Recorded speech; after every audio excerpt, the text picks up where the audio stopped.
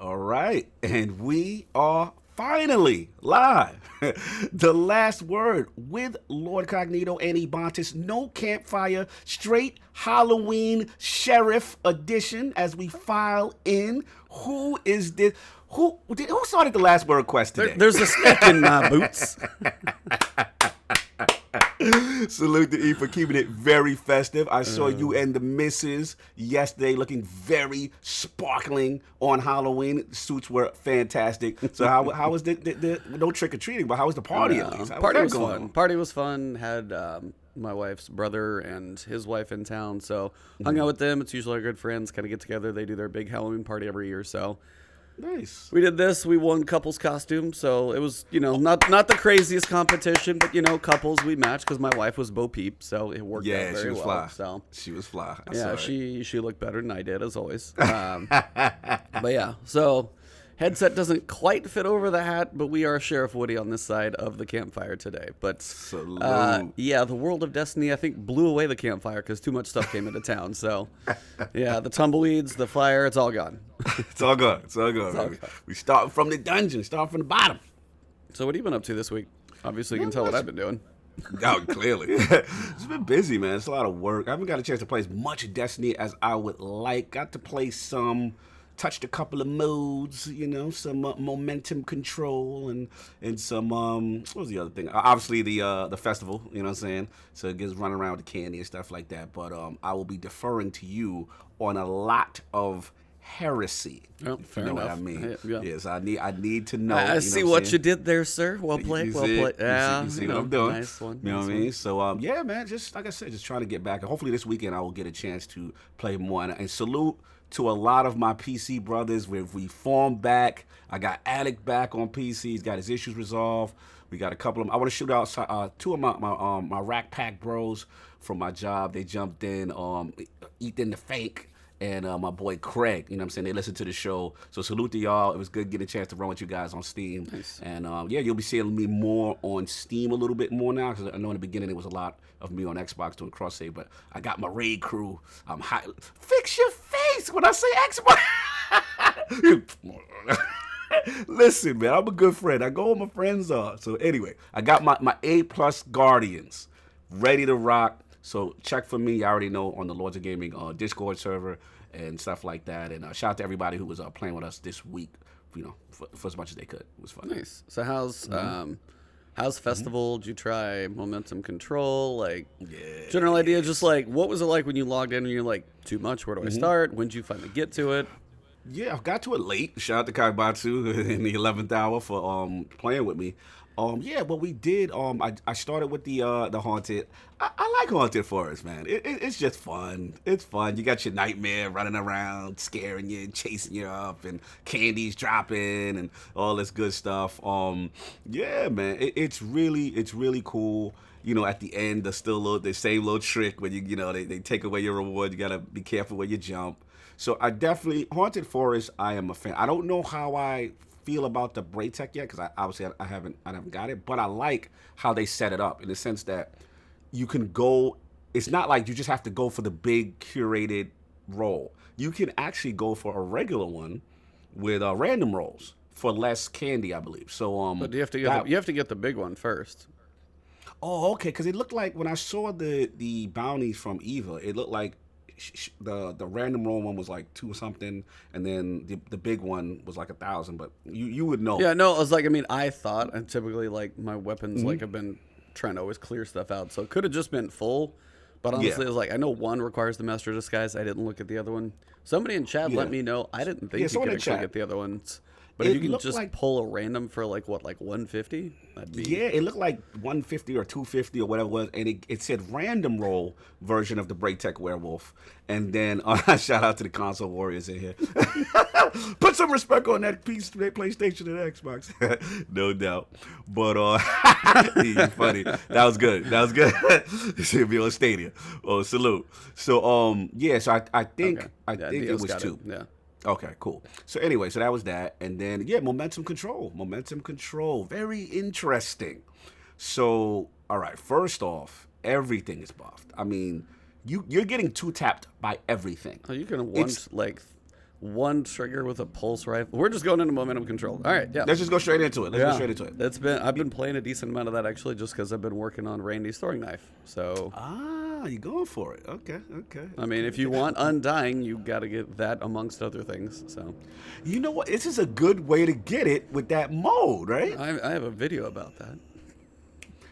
See, I ain't paying attention. He's already on it. He's already on it. He's already on it. That's my bad. You need scout rifle kills? It's like literally, whether you win or lose, the scout rifle kills go quick. 150 scouts, like cut and run. Right. One cut and run. Jade Rabbit, obviously, which everybody's seen Jade Rabbit. Cut and run does it too. Pretty much anything that's 150 should hit for about anywhere from 202 to 212 and killing anybody. So 2-tap or 1-tap? Single shot to the head. Whoa. Oh, I'm getting my Randy's. Oh, it's going down. I'm gonna retweet that video, bro. I didn't even know you put that up. Damn, I've been out there. Yeah, it talks about momentum control and says if you need kills for this, do this. That's literally what the thumbnail says. I'm going in, yo. Because I'll be honest with you, I wasn't gonna get it because I was like, I just didn't want to play with a scout. I was just like, I don't want to play with a scout that long. But doing this, yeah, you probably should. Oh, it's on. It is so on. Thank you for saying that. Yeah, I'm definitely going to do that. That, or if you need the mountaintop, Fighting Lion. It's also one hit. Yes. This is the week. This is a good mode for that. You're right. So, yeah, I'll do that. And then, but yeah, I was just messing around. I seen the ability stuff. That was kind of cool. It literally felt like Call of Duty. It was like... It's fast, man. It's like... Yeah. Well, I mean, one hit is... Everybody starts sniping lanes a lot now, though. Like, yes. Everybody find... What is the map? I cannot think of the map. It's like in the arcology on Titan. Yes. So you got the outside area and then you got the interior. Yes. The outside, like, you can be on the stairs and crouch and, like, you can see all the way to the other side. And people are literally picking people off from that little tiny corner to corner. So crazy sight lands they're going for. Yeah. Time to kill is crazy right now. So that right there, you don't get the abilities much. It's just different. You know what I'm saying? It's just I don't know how to quantify it just yet. I mean, it's a mode. I don't know how people feel about it. I mean, I'm not like, oh my god. I have been hearing a lot of like, oh my god, scout rifles are Fighting Lion, and then a whole bunch of since you have no radar anyway. Right. Spectral blades. Oh Lord, I forgot about that. Oh Lord, I don't even want to know about it. Yeah. Listen, it ain't something I'm checking for. I guess if there's a demand for it and people want it, fine. You know what I'm saying? But for me, I'm like, I don't know. It's like, for me, it's just been fun to like, it does put the emphasis back on your basic guns. It doesn't worry about like, fusions aren't going to do it. Recluse is not hardly an option. Yeah. You won't get close enough. Like, I have my Halfland D that's got decent range. That's just one that I got a pretty good roll on. I've been using it in PvE. I was like, let me try it. 126s to the head, just a 2-tap on the head with an auto. Suros, I hear, with the slow mode is pretty solid. I gotta live in this mode. I just realized I have the Suros Catalyst, and I was dreading doing it. I go for now. You gave me. Now I'm gonna love this mode now because all my catalysts, I'm getting a shout out to Forte. He did his Jade Rabbit catalyst in there. Yeah, Jade Rabbit. I don't have the Mida catalyst, but that would be another one you could do in here. That might be a 2-tap, I think, though. But yeah, like all that type of. It does put the focus on guns. Now, granted, you peek and you're one banged with a scout. Like, it's fast. Like, don't get me wrong. You can't be like peeking on, like, if somebody's got sights, snipers will body you. Oh, easy. Yeah, because scouts just go to the head. So I will say this though, it definitely changes my play style. Because what I was noticing guys are doing is when they cap, they get a 2-cap. Dudes are just hanging out now. Oh, they will just camp lanes all day. They're gonna camp lanes. They like, yo, we got the points. You can't even see us on radar, so we're gonna set up shop. And whoever pull up on A or B that we control, you're getting popped. And you don't even know sometimes where it's coming from. So I will say it's a different strategy with controlling zones. And the zone control is fast. Oh, it's really snappy. It's really fast. So now, you know what? You may be on to something. You got me just off of the catalyst work. I'm going to be in there now. Oh, it's on. It's on. I was like, I've seen very large disparity in matches, though, for exactly what you just said. Like, two people, like, lock it down, especially if, like, you're coming from, A and C, and B is just this crap point in the middle, and you're trying to get to them, and they just got lanes shut down. what do you do? Like, what do you do? It is rough. Like, if you get stuck on one of those sides, and that's why I was like, I'm glad I don't care that much. I'm not one that's gonna take it seriously, because there are points where you walk out and you're like, but then there's also points I get I'm like 5 bullets and 5 scout rifle kills is just like pop, pop, pop, pop, pop. I'm like, just keep coming, just like feed me kills. Like, so I mean, it has enough. If you don't take this mode seriously, you can have some fun, test out different weapons. Like, let me see what a pulse rifle does. If it's a 1 trigger pull, it was like 79, 79, 80. I'm like hitting for 240 with a pulse. I'm just like, everything hits like a truck. It's fun. Everything feels different. Not everybody's gonna like it, and I know that. But for me, I think I'm actually having a lot of fun just because, like, it's all guns. I'll just using them. I mean, it does turn into a lot of scouts, but I still have fun with it. So let me ask you this: Do we know if momentum control is now going to be a permanent mainstay as far as the rotation, or is this like a seasonal thing that is just coming in conjunction with Festival? So right now they said it's only with Festival. Okay. For 3 weeks. They're going to see what the feedback is like, but it's in a 6v6 rotator. Like, for me, Mayhem, Clash, whatever they throw in there, Scorch, whatever, throw it in there in the mix. Like, it's just a different mode, and as you said, like, certain things for Catalyst, this is a great way to work on Catalyst because it's all about the guns. You're not worried about supers or heavies or whatever. Yeah. And you can even pick up heavy. I'm still going to one-tap you with a scout. It's like heavy doesn't matter. Yeah, I can get some kills with heavy, but you can do so much work. It's crazy. Shout out to Buffy. He out here spitting bars. I let the hollow points commence to pop, pop, pop, because it don't stop. He's loving momentum control. He out there got bars for the joint. It is weird, though. Like, the maps, you're like, oh, how do I play this one? Because some you're like, all right, where are the sight lines? The new one, what is it, Fragment? Is that what it's called? Yes. It's all, I was getting murdered. It's all like circular and weird, and I don't know the map that well, and I'm just like... You know what they doing? You know where the circles are, a lot of points. There's a lot of those control points. They have a part where you can jump up through like a gap. Dudes are chilling on the gap, perched, waiting for you to pull up. Like, touch it if you want. Bang, bang. Damn it. Oh yeah. Oh yeah. I was getting frustrated. I was getting frustrated, but it's different. It makes you change your play style. So I'm coming around. You get me excited. I'm gonna give it some more burn now, especially for the Catalyst. It's going down strictly for Catalyst, so I can get progression on guns that have been sitting unfinished Catalysts. A ton of them sitting there. I mean, if you needed like revoker kills, you could kill somebody in the toe.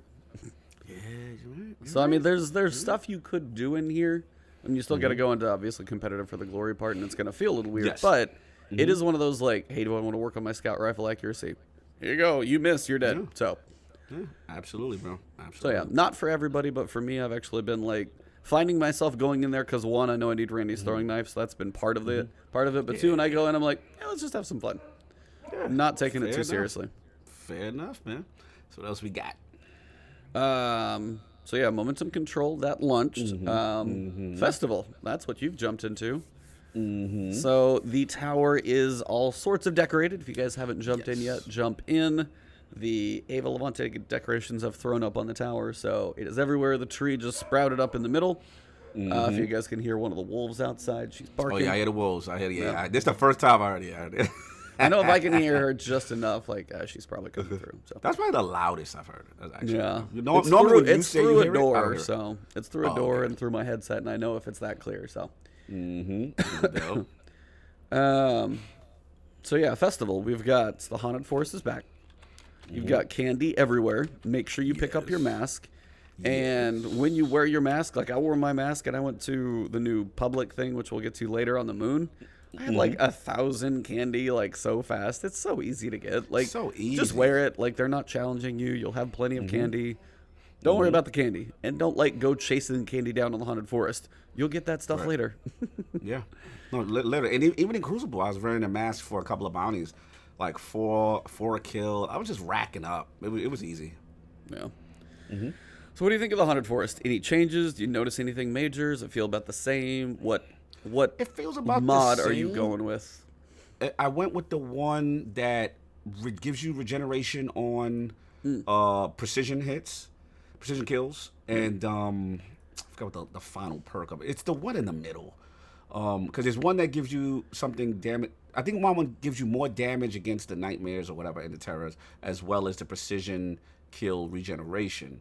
And the other one is one that gives you something like resistance in the air. And then I forgot what the third one does, but I went with that second one. Which one did you go with? I went for the one, I'm trying to actually check right now. The last one for the damage against the terrors, just the bosses would die faster. Yes. That was the one I went for. I mean, the heavy ammo, like, whatever it is, pick one of them, because that heavy ammo just, like, falls all the time. Exactly. Shout out to logo. Yeah, Vampiric. That's what I went with. I went with Vampiric. I'm just checking Twitter just to see, like, to make sure the tweets are up. My wife even just was like, Ebontis is dressed as Woody, and he just said, there's a snake in my boots. You should definitely be watching this. Shout out to the wife calling me out. Thanks, babe. Shout out to Lady E in the building. The Lady E of summer. Oh, my gosh. Salute. She put herself up. That's funny. Yeah, that's pretty good. That's dope. So, yeah, but no, Haunted Forest has been... What'd you get to for Branch? I got to 8 with randoms yesterday. Not quite 9, which is what you need, but I got to 8. I only did a few runs. I got up to like 6 or 7. I had like a couple bad stuff, but I got to get back in it. But I can't front though. It's fun. I like the mode. It's something about when that big nightmare comes and chases you through thing. It really adds a little. Oh, the big boy night that you can't touch. Yeah. And what I like, you can't see him. You just hear him. So it's that boom, boom, boom. Oh crap! Where do you? I like it. It fits. I like that the lighting is very obstructive. So that, normally we play Infinite Forest, you could see so far ahead. Right. But with this, the lighting's low. You got to really search around. I like it, man. I mean, it's a cool festive mode. I think they found their pocket for Festival of the Lost. And think about this. Remember how far Festival of the Lost has come. I mean, I remember we used to call it Festival of the Cost. They didn't have really any mode to it. I really like how it evolved. I feel like it has evolved really well, and I'm cool with it. You know what I'm saying? I mean, me personally, I actually look. I think this is like now moving up to like maybe number 2 and number 3. The Dawning is still my number 1 though. I love the Dawning. Dawning's my number 1. Snowballs and stuff like that. Yeah, the snowballs and then Dawning to me got the best gear. Like, don't get me wrong, Festival. This is a high level gear as far as the skeleton suits, the neon and all. Oh, yeah. I was like, okay, Festival's coming. So this is probably one of their best festivals ever. If I had to rank, it's like probably like number 2 or 3 as far as events. But yeah, definitely for me, Dawning and what's the one that we got the suits just recently that carried over into Armor 2.0? What's the name of that one? Oh, why am I forgetting that? Wow. Yeah, why am I forgetting that, y'all? Everybody in the podcast is like, "Hey, I know exactly what this is because I can totally tell you." Yes, you have mind farts at some points. Yeah, chat. Let us know what's the ones that we just got. The event that we just got. We always revisit our memories and we pray at the statue and we get the good gear. We was in the aerial zone. We was in the European aerial zone. European aerial zone. What was the name of the damn event? Solstice. Yeah. Thank you, Spidey Sense. His Spidey Sense went off. Solstice. There we go. Solstice. Yeah, Solstice. Dawning is my number 1. Solstice is up there, but Festival's coming now, man. I like Festival. I ain't gonna front. Yeah, it's in a good place. It definitely got some crap the first time through Festival of the Cost, but they learned their lesson, and I think they balanced it well. There's some cool stuff. Everything will be available for Bright Dust at some point, which is key. So, like, if you've been saving up your Bright Dust and you're like, hey, I really want this thing, cool, get it. Now, if you're a fairly new player, do you think that you're going to be able to get all of it? Probably not. But if there's one cool thing that you want to earn, you probably can. You just probably can't earn all of it unless you've been hoarding it like I have. So. Yep. Yeah, you've been hoarding. Forte's down to 37,000 Bright Dust. I'd probably be right there with you if I bought all the stuff I want to, so. I feel you there. But yeah, what's like for the cosmetics? I know the skeleton suits definitely have like your name on those. That's a go. I mean, are you going for the broom? Are you getting the like bat ship, Batmobile, any of that stuff? Yeah, the bat one is me. I was feeling that a lot.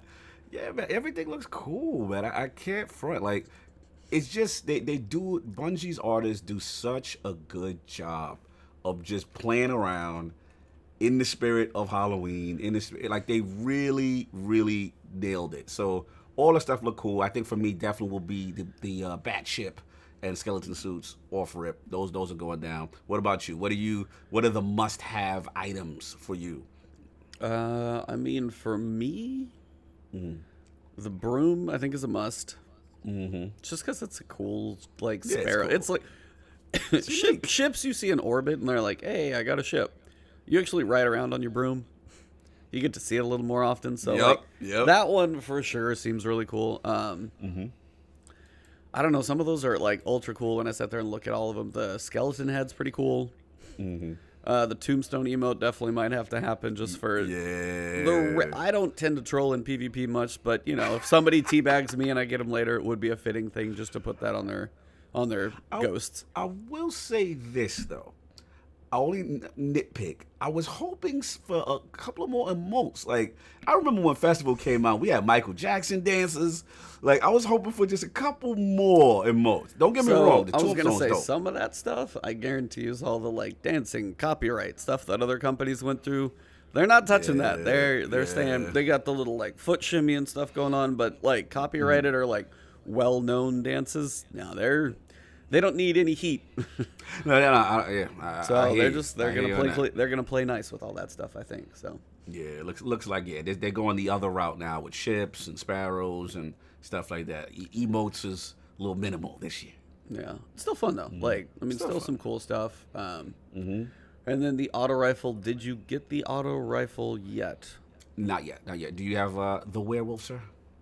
Not yet. I'm probably like 10 strange coins away because you have to buy all the masks, so you need like 150 strange coins, chocolate strange coins. Yeah. So not bad to get, honestly, if you just play through like every Crucible match is 4. You go do stuff like, you know, Altar Star Nightmares, those are 1. It goes pretty quick. Like, just spend them mostly on that and you'll be pretty good.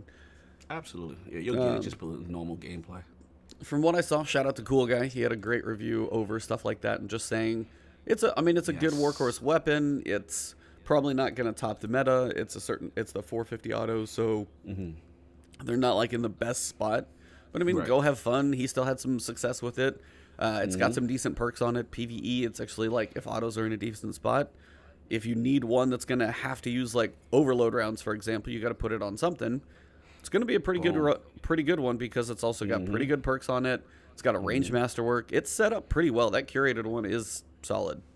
I don't know what all the roles can be, like if there's a perfect god roll or anything, but the curated alone is definitely worth like putting in your inventory if nothing else because it is a solid auto rifle for sure. It's absolutely solid. If the meta ever shifts, it's usable now. Don't get me wrong; it's completely usable now. Like you said, a good point with the artifact using either the barrier rounds. That's a good point because in the kinetic slot, if you want to not, you know, you put in your recluse away for a second. I know. You know what I'm saying? What? Huh? You know, I mean, let's be real. We know the eventual nerf is going to come, so the meta will shift. You know, this is something I say hold on to. Use your anti-barrier. Use whatever it is you're going to put on that bad boy. It'll be in your kinetic spot, and it's a good addition. So I agree. I think. And shout out to Cool Guy. We got to get Cool Guy back. We haven't had him on a bit. I like Cool Guy. He's had some great video. The hand cannon one was great. The range one's crazy. Yeah. So Salute the Cool Guy. We got to bring him back by the campfire. So yeah, like it's cool. Like it's not an overly crazy over the top mode. It's about what I expected. We got a weapon this time with random rolls, which is nice. We got the forest you can go through. Candy's pretty easy to earn. You've got your matchmaking if you need it. You've got your firewall if you don't want it. I don't see a whole lot of incentive to go try and solo this thing though. There's like, is it really? It's just bragging rights probably more than anything. To be like, how far can you get by yourself? It's like, well, if I beat everything else that launched this week, I guess I'll go do that. But there's so much stuff going on this week, it is crazy. But it is, I mean, fun. It gives you the option, so it's nice. Right. What I would say is if they're going to do that, they need incentive, kind of like what they did with, we will talk about with Heresy, the Heresy. Yeah. So, yeah, man, like, I don't know what that is. Maybe, again, you have to put some type of reward to incentivize, you know, even if it's just an emblem, even if it's just that. So, you know, I don't know which Guardians don't want to matchmake, but you have the option not to. That is your call. But yeah, that's Firewall. I mean, for festival, I'd say that pretty well covers most of it. Yeah. It's standard Halloween stuff. Have fun with it. Enjoy. Get cosmetics if you want them. But again, remember they're optional, so don't freak out. You know what? I was surprised though, real quick. Horror Story. Remember Oh, Horror like they Story? didn't bring it back? Yeah, I guess because number one, I missed out. I had it on my Xbox account, Oh. but that's not the account I brought over. So I'm like, damn, I could never get Horror Story again. Yeah. You know what I'm saying? So that kind of sucked. But I was just like, I guess, I could live with it. But I was just curious. I was like, I guess they're looking at it like, you know what? Kind of what Luke Smith, you should have been there when, Yeah, kind of I a mean, moment, then that's I one of guess. those you're not always going to be able to get. Mm-hmm. Trying to think, it's a 450 auto anyway. Yeah. And it What had was the perks again? Rampage, Zen Moment, Flared Magwell, and Red Dot. So, overall, on the sub. yeah. Yeah, not crazy perks, and I honestly think the new one's probably going to be better. So, it's still a 450. Not going to be overall that different, I don't think. So, yeah, shout out to Bender with 7 months of subs. Thank you for the support there, sir. Yeah, so it's like if you didn't have a horror story, yeah, your completionist might have a little itch on his side, but overall, get the new one. I think you'll be just fine. The new Curated's better anyway, perks wise for sure. Does it have Rampage as part of any of them things? I know it's got a range master work. Yeah, it's got Rage. It's all good. I was trying to pull up the vendors, but Dim isn't working with me right now. It's being slow. Dramatic likes the werewolf a bit better. Yeah, I mean, autos are like 450 autos is even cool. Guy was saying is like they're not in like an amazing space. They're not just like, oh, they're really cool in PvP now. They're really not. Like they're just there. Yeah, But generally they're usable. So this is, I think, a better version. Shout out to Free of the B. You should have been there when Sheriff Woody was on the last word. Yes. There you go. Oh my goodness. So yes. But yeah, that pretty much covers festivals. So you got 3 weeks of that. Goes through the 19th at reset, which reset time will be changing for Bungie. Yes. So just a little reminder for that one. Normally resets are 10 a.m. Pacific during American Daylight Savings Time. So if you're around the world, you may be like, what are you guys talking about? But coming this weekend, Sunday, that will be changing. So daily reset will, after Saturday, it will be Sunday and onward will be 9 a.m. Pacific. So 1 hour back. So that means Zur launches an hour earlier. So that means we definitely got to finish our podcast on time in the future. Yes. So those types of things. But yeah, so just an hour change for daily resets. So make sure and check your time. Bungie put a little thing out in the TWAB this week. But that's just a live thing for us in America. I think UK actually did their daylight savings time last week, which kind of threw things off. So now they're going to change. So everything come back. Yeah, it's not Sunday. It's just the fact that every daily reset, whether it's Zur on Friday, weekly reset on Tuesday, it's always 9 a.m. Pacific time for Bungie now. So might have to adjust yourself accordingly. We'll see. Fair enough. So what else was there when you logged into your character on that first day? What'd you see? Yo, first of all, shout out to Bungie. The setup was really cool. We got Eris. We got, I don't know what she doing. I don't know why she messing with the Space Dorito again. I don't know. And I'm worried. she don't learn, and I'm worried now. I'm worried that she done got corrupted. Something done happened. I mean, she smirked. I don't know what to make of this. Yeah, she doesn't have emotion. She doesn't smile. So when like her, like the corners of her lips, like even went level, much less like, I was like, no.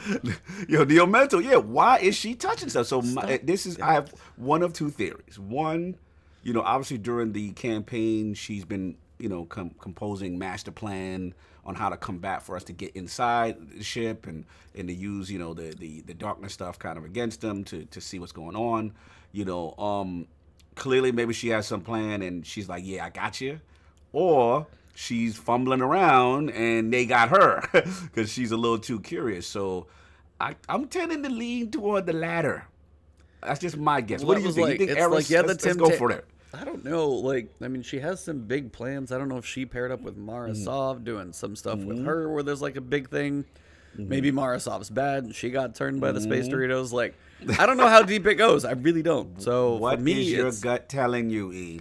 Is Eris to be trusted after touching Space Doritos? The smirk on her face is not fitting her character, so I'm probably going to say no. Exactly. That's where I'm going, bro. That's me, just because like she touched it first and she was like, what the hell's going on? And she's just like, And that may be on her side that she's been through literally hell and back. Her fire team's totally gone. And she's like, either this could be bad or good, but maybe this is the only way she may see that we have a chance to beat the darkness or face the veil or whatever the hell they're called. So maybe it's her way of like, maybe at least if I can get in like a spy type thing. But again, you don't know if they're going to control her. So. No, fair enough. It's an interesting twist because I will say, like, I've been getting very close to, Eris as far as, like, the story with the campaign and her fire team and stuff like that. So she's really become, I can't believe it, like, she's really become a sympathetic figure for me. Like, I like doing those memories and listening to her talk about stuff. And, it adds more context. Because prior to that, she was just crazy to me. I didn't have any feeling for her. I was just like, okay, what do you want us to do? I don't know if I should trust you yet. Like, I actually was trusting her and, like, feeling for her. Like, damn, she went through a lot and she's still suffering. But now I'm like, girl, I don't know. That's danger. Don't go in there, girl. It's dangerous. Like they gave us a little, dream sequence in the Black Garden type thing. If they can get on her head like that, I don't know what they're gonna do. She's part hive at this point. We don't know what she is, but maybe she's just gonna be like the one that can, like, she's the ring that controls them all. She's the Lord of the Rings, like. Okay. I think she got the power. I don't know if she can control it though, because like that looked like bad news when she smiled. So. Yeah. So then, after that, obviously that opened up a chain of events that has happened on the moon, and obviously we have our dungeon. We have some new events going on the moon. So I knew there had to be something up there. I was about to say I knew you. I'm going to defer this whole segment to you, but I just want to say, because obviously I didn't play. I purposely didn't play it because I knew I wasn't going to have enough time to really dedicate. So all I will say is, from what I've seen, as far as the new events, that's a great new addition of an activity on the moon that I know E might be very happy about. Aesthetically, as far as the pit, I'm going to just say, wow, it looked really cool. I did watch a little bit of spoilers. I ain't going to lie, because normally I would just stay away, but I just couldn't, because I think it's the Scarlet aesthetic that I like, those reds and just descending, and it looked really cool. From friends that I spoke to, they are saying better than Shattered Throne. Ooh. So I need to speak to E. I'm set this up. This is your segment. I'm going to sit here attentively. What do you think about both of these events? And let's start with the moon and then the dungeon. So Altars of Sorrow, you have to actually start with before you can do the dungeon. So you're going to see one before the other. So you don't have a choice. Altars of Sorrow is kind of cool. It's a unique take on kind of the escalation, twisted with Blindwell a little bit. You'll basically have like a glowing section that's doing its thing, and then you have to kind of that's the one you actually have to end up defending, because another one will spawn, and the enemies will start coming from that to the one you're trying to defend. The little guys don't really matter though. Right. Thrall, Knights, nothing major. It's the bosses, and it's all on this timer. The more enemies you kill, you get like seconds added onto your timer. Gotcha. So you're always starting at kind of a base and trying to add to it. As the enemies come over, like up over a hill or come through, they tend to have like pretty obvious choke points, which is kind of nice, because you can just set up like Well of Radiance and just like mow them down or just line them up. And you can work pretty well as you go through like the first 4 tiers. They're all going to work similar. You have more nightmares. There's sometimes where like, hey, kill a certain number of nightmares. You'll take a pause. Then they've got like sword knights that come out. You got to kill the sword knights to be able to break the shields on the wizards. Kill the certain number of wizards, get back to killing the nightmares. If the nightmare, which, by the way, I think this is possibly where some of those mods from the nightmare hunts are going to be a little more beneficial. Big one. If the nightmares get to your little like home beacon that you're trying to defend for that round, it's minus 10 seconds. Whoa. So it can go quickly, which kind of leads you into, and there's like tier 1, tier 2, tier 3, tier 4. There might be tier 5, I don't remember. But I think it's after 5, I'm pretty sure, is the final wave. Okay. The final wave is, well, I only did it on basically the first day, so I've seen Fogoth. The biggest thing people seem to want, like, you can take all the time you need to kill the boss, but people don't seem to understand that. the hardest thing to kill is the nightmares, because they are trying to run from their little spawning points up to this little circle you're trying to defend. Sorry. So yeah, there's a tier 5. When you hold on, let me clear my throat. So clear that throat, but we got a lot to discuss. Need throat ready. Then I'm a challenge him with a dramatic question. That comes later. I see it dramatic. So. Well, yeah, we're gonna get to that. The thing about the last wave where you fight whatever boss it is, apparently it's a rotating boss. Like there's 3, so 3 bosses, 3 possible weapons. Those kind of, I think, coincide. The boss will take time to kill, period. That's fine. The nightmares, there's like a couple that spawn on each side. 4 of them come up together. They're hard as hell to kill. Minus 40 seconds, you're done. Wow. It is really, really, really... I haven't finished the final wave yet. Wow. What's the strats, though? What's the strats looking like? So the strats are like, one is like literally stand in their way and obstruct their view. Right. Like try and be that person. Izanagi snipes, like grenade launchers. The biggest thing is don't waste all your heavy, important ammo, super, all that stuff on the boss. The boss you can whittle down. I don't think he's going to go march into it. If he does, it's the nightmares. So focusing on the nightmares as soon as like, hey, do some damage, whittle him down, take your time, manage ads. And also, if you don't kill the boss so quickly, you'll probably have time to kill more ads, add more time to your thing. So if one does make it, you won't instantly lose. Gotcha. So it's all about killing the little guys to make sure you have time going, focusing on the nightmares, and then whittling down Big Boy. It's not... I mean, the video I saw where somebody finished it, there were 9 people. Yeah, 9 people can manage it a little better because just like Escalation Protocol, same thing, you need the big group. So it is going to take a pretty beefy group, like kind of orchestrated. It's not just going to be like, everybody dump your damage on the boss. Don't do it. I have debated on making a video, but I'm just like, how not to do it. Just don't. Like the first 4 waves are not that bad, or 5, however many there are. They're not that bad. Like there's 1 nightmare that spawns at a time. It's got an icon on the map, but as soon as you see like 2 and then like 4 icons come in, and there's like 4 guys marching into the middle, nobody can stop that many. And it's just like -10, -10, -10, and you're done. Like done, finished. And you can't this is do a anything cool that fast. thing. This sounds cool. I'm liking it. I'm excited for what I'm hearing. I gotta get in there, man. That one's pretty cool. You got a hive themed weapon, apparently, since I haven't beat it, I don't know. That can come from it, whether it's there's the new pulse that's out there for the Dreambane weapons. You've got the new sniper, rocket launcher, and shotgun. I did get the shotgun from the dungeon. That's a slug one, though, so I'm not sure I'm in love with it. But some people like it. Low key, these weapons looking better than Garden of Salvation weapons, aesthetically. That's an opinion thing. You like the Garden of Salvation ones? They're not bad. Like, I got the Okay. I mean, they fit that theme. They're very Vexified. They have like the white. But I mean, they're Vex weapons. They, especially like the hand cannon. Like some people are just like, I want to use the hand cannon because it looks cool. Like they are very unique looking weapons. They're pretty distinct. No, absolutely, so absolutely. You just like the hive theme. That's the difference. Bro, like, they are unique and distinct. But yeah, the hive prickly boys are definitely your thing. So. You know what? I knew it made me want to play with Thorn when I saw the Thorn ornament of it. You see the Scarlet Keep Thorn ornament? Yep. Fire. Continue. But yeah, that is kind of the big thing it feels like for that final boss phase is the boss can be slow, the nightmares are your focus. Like pop a super on those, like manage the ads, build up your super that way, like share supers, tether, user heavies. Izanagi's is like damn powerful still. So all that type of stuff is going to work. Yeah, biggest thing. It's like I beat the final tier a couple times, got the shotgun twice. That's why I said I think it's a different rotation. Got the pulse from the dungeon, rolled with outlaw kill clip. Well, I'm jealous. Nice. Hybrid. Nice hybrid. Okay. So we got some new weapons rolling in, which is nice. Some people say, is it enough? Is it good, bad, or otherwise? But overall, like you see the whole section, and then you're like, what are these like random little nightmares going on? What does it matter?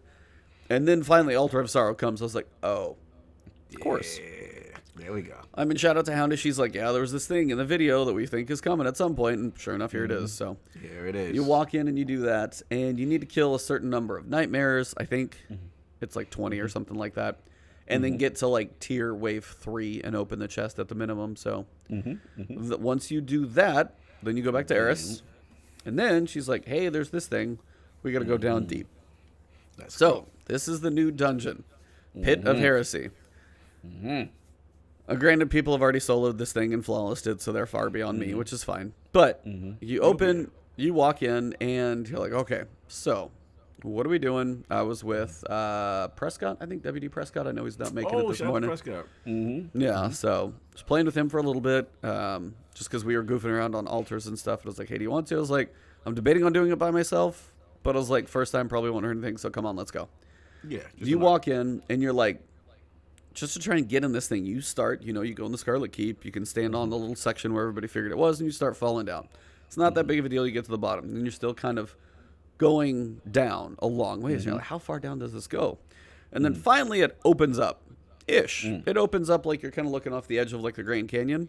Because then when you get to the edge and you look down, oh my God, it goes a long ways down. But it is such an amazing sight when you get there. Like I sent a tweet out to, so it's like, I think Andrew, I'm going to get his name wrong too, because I tweeted a 9 Hydras. Hydras, yeah. Because I know he was involved with Shattered Throne, and then tweeted out just those, like, the opening shot when you look down to see the scale of, it's called the Necropolis, and it's the first section in the dungeon. You look down, just see the scale of it. It's like, damn it, they nailed it again. Yes! Like, for me, it was so cool. So, fire. It has the feeling of, how far am I going to go down? Way the hell down. When you say the Pit of Heresy, this is a pit into like the center of the earth type thing. You're going way down. Fire. So pretty cool.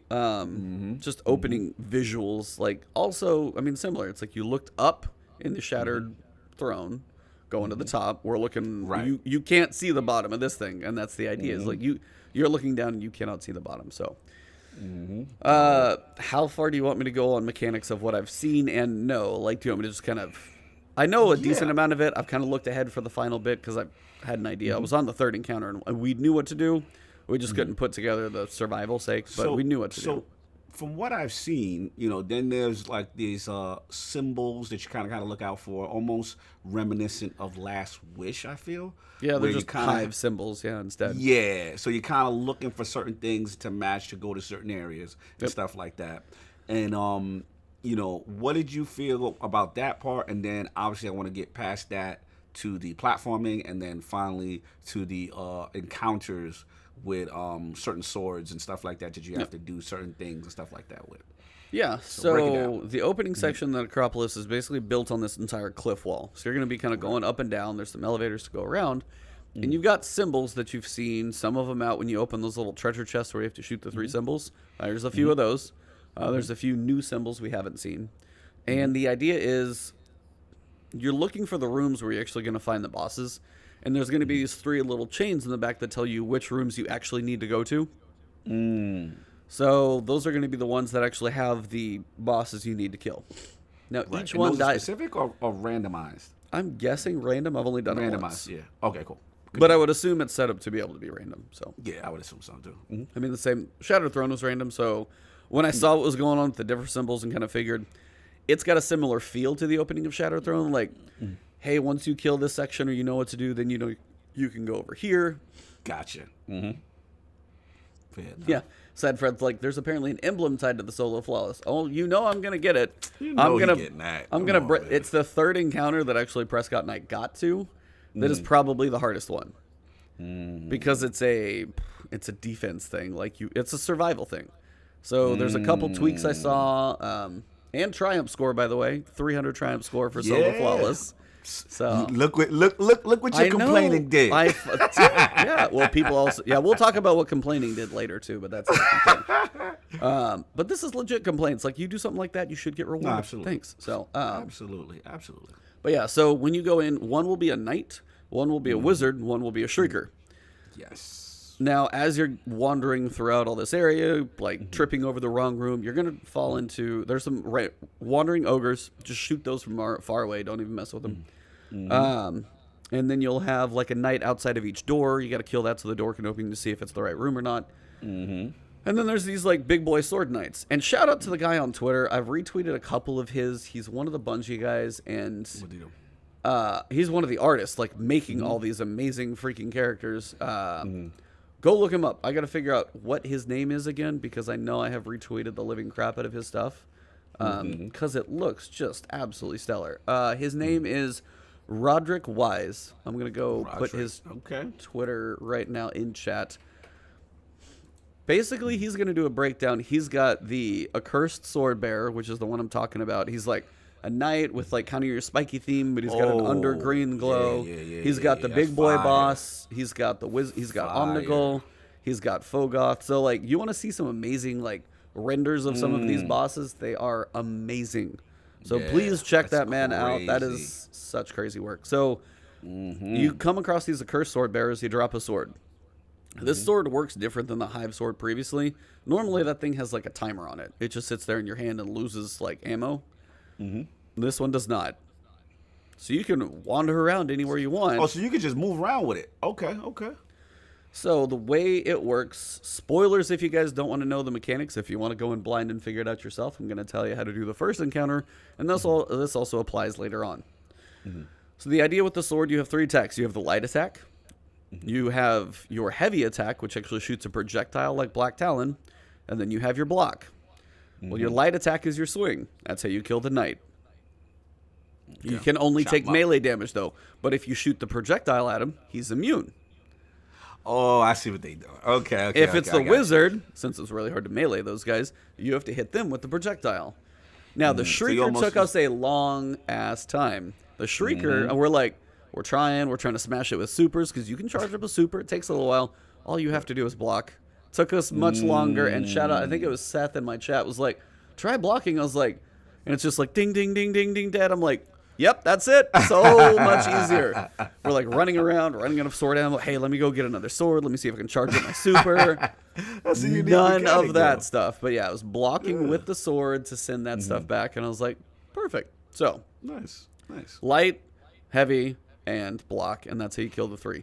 When all 3 die, then eventually you'll see a big glowing beam of like, hey, here's your door. Go in it. Gotcha. So that's the opening section of Necropolis. Pretty similar before. I don't know if the symbols will be the same, because I'm debating on making a map, but instead of like a horizontal map, it's going to be like the vertical wall to figure out where everything's going to be. So I may do that at some point as well. But then when that's done, then you kind of work down into the next section. I'm going to probably forget the order of order here. I think the ogres are next, if somebody can correct me or not. But I think it is, maybe not. So, okay, there's 2 things, and this could be out of order, but it's not that big of a deal. There's one point where you get done with the first section, and it's either after the ogres, which I'll get to describing in a second, or it's just before it. But there's like a wall of like hotel doors. Yes. See that. And also the first time I was like, hey, let me see. Boom. And it's got wait, what happens? It's got the Taken King phallic wall. Oh. So first time you jump in the door, I do that and get like poked, and Prescott's over there just like dying. So yeah, I definitely got smashed in the face the first time. Oh, so they clouded out here. Oh, okay. Yep. So they definitely got you. So that happened. After that, then I was like, okay, stay up here at the top. I'm going to go check. Because you can stand on the ledge. You just can't, like, go in the doorway. And there's a bunch of ledges. So I'm like, all right, let me go check, see what's going on. And not even, like, I didn't even mean to do it. You can actually have a pretty good sight from it from the top. But there's, like, between doorways, there's a crack in the wall. I was like, this one looks different. Let me see. And then it, like, the whole world changes. Like, words pop up on the screen. Like, oh, you're in the next area. I'm like, got it. Yeah. Got it. Okay. Got it. Fair enough. Yeah. That's funny. Good to see the humor. So that's the next one. Yeah, and that is after that, because I know the next section goes into the next. So then the next one is, there's probably a game, and somebody in chat can probably figure out a good way to describe it. So you have little tunnels that you can run around in this next section. It's a little bit of a maze. Well, it's kind of like a stealth game, because you have to run away from big giant ogres that are immune. You can't damage them? Can't touch them. So you just gotta run around and so there's these little these little baby caves. Oh no, you're never gonna kill them. They're little baby caves, and you're like, hey, let me run in here. Okay, then you can like maybe the ogre will go away if you're not in sight. You'll hear him run away. Then you can peek out and be like, all right, do I go over here? So it's trying to figure out the maze of all of that. And does it have the intensity of Trevor, or is it more slower paced, stealthy, like Dogs of Leviathan? More dogs. So this is more dogs. This is stealthy. We're creeping. but there's this menacing thing. There's 3. There's 3. So this Yeah. is dogs with ogres. Yeah. But okay, that's fire. Okay, Yeah. okay. They won't insta-kill you like the dog howling wipe, but they will Right. definitely kill you fast. If they smash you, you're screwed. So you have like a tiny window to be like, slide through the doorway and like take half damage and barely squeak it out. But yeah, there's it's gonna be that. I'm sure somebody's gonna find like the perfect path rotation or something. But the idea in this section is you're trying to find 3 different rooms that will have knights, and the knights upon death will drop an orb. The orb you have to run to one of 3 doorways that open the next section. So picture it as like a giant kind of V tilted off to a side slightly. One of them's up here, one of them's over here, one of them's over here, and there's like a 3-fork doorway opening, and you have to open each one of them. So you're like, open one, okay, let me go hide again. Okay, now I gotta go run through these tunnels and try and not die. And found the new one. Now where the hell's the next door? Because you can't do the same door 3 times. You have to hit all 3. So you have to find the 3 knights, figure out where those rooms are, run to each one, hide, hold on to your little charge. So it's just like running and hiding and dodging and charging. So it's fun. Like, it's a cool, different mechanic. And honestly, it's one of those that's may not be everybody's favorite, but I think it's I like it's the cool. change of pace. It sounds cool. I like the change of pace. I didn't think it would have. It's a one of those mechanic that like like that, if you can, if you're patient, you should be fine. Don't force it. Don't like, hey, he's right out there. Maybe I can slide through his leg. No. Wait for him to go away. Go out a different doorway. Try and pull his attention somewhere else. Don't mess with them. They will ruin your day. So dope. That one's pretty cool.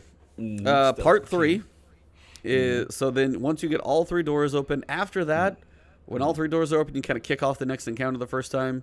You can technically turn back around and wander the whole maze. So if you want to go get a feel for it afterwards, then you can. But in the moment, it's a bit hectic. So I think I got a pretty good feel for it after spending some time. Because I was like, hey, before we go to this next thing, because I don't even know what it's going to be, it's like, can we wander around in here? Because we can. So I got a decent feel where everything's at. Nice. Got your bearings. Yep. For the solo run. At some point, it's got to happen. It's going down. I so know it's going to you. be the solo, get through it once to, like, die multiple times, figure out the encounter. Of course. I can tell you it's the 3rd encounter that's going to ruin me, though. Same as the ogre. Ogre was the 3rd encounter, because guess what? This is going to be the same damn way. So on this one, King's Fall Totems, the very first section, you have one of those to manage. Whoa, okay. Now, you get there are, like, the 3 doorways. It's where everything spawns in. You have 1 totem you have to stand in. So you're, like, basically taking fire from 3 directions. Wow. That's why I was like, the solo part's going to be the hardest. Like, I've seen people do it. You thinking Bubble Titan? What you thinking? Bubble Titan's going to be really solid, I think. There are boomers still. Remember the totems? Still had boomers. Still got those to manage. Saint 14. Saint 14. Most of it's the problem is all the acolytes, they went to drag grenade throwing school, and they're just lighting you up constantly. It's stupid. I like that. It's like that. Damn. Okay. So, a butt ton of grenades. Boomers when you dunk the orb. So I was watching Dado. I didn't see Glad do it, but I'm sure multiple people have. But you have to do it 6 times. You have to dunk an orb 6 times at the door while making sure somebody's like kind of cycling through the totem. Yeah, that's tough. So that's tough because they are requiring that stand in the middle on that plate. Now, how's that timer looking though? Is that timer? Is it quick? Is it? No, you got some flight. You're kind of forgiving. Yeah, you can go like wander off, kill the thing, come back. Gotcha. But you got to remember, step on it for a bit. Yeah, you can't just completely leave it be. So the idea with that, from what I saw Dado. Don't know if this is good, bad strat or otherwise. It was just I was like, we were working through. I was working on random stuff, and just like, let's see what some of these guys are doing. He did it to where the boomers spawn when you dunk. So pick up 3. Drop them. Half of right next time. Keep like cycling their like life cycle, like pick them up, move them back and forth while you're managing ads. Then when you think you're ready, dunk, pop your bubble, use the bubble to kill the boomers, and then probably repeat the thing. Now, I don't know if that's right or not, but I was like, in my head, I can see that at least making sense. But there are just so many ads. God bless your solo run. I'm just thinking about that run. That's the part though. That's where we stopped. So I've seen the rest generally, so I have an idea what else is there. But that is the part that I know is going to kill me the most. That is the one for me to practice. Even now, like I could sit in there and like I could try and learn it. And I was practicing it as like, and like so I saw Dad always like somebody's like, hey, he switched to a bow because you could single tap an acolyte, just thump, poof, poof, and just kind of pick them off where you need to. Any what's the question? Any priority in shields that you have to deal with? Is there a lot of void guys? There's literally no shields. Oh, okay, so you're just tough dudes. These are just tough. Just everyone's beefy, at you, shoot from beefy from different angles. Yep. Okay. And just all the grenades all the time. So they just chucking. Oh, all the time. And then you'll occasionally have curse thralls that show up. Like after you do like the big dunk phase, oh yeah, there's more chaos to manage. Wow. So yeah, Helm of Saint 14 with a bubble for those sections may be big. Again, I gotta potentially watch some other people, see what it's all about, or figure out my own, but other people have already done it, so I probably don't need to reinvent the wheel.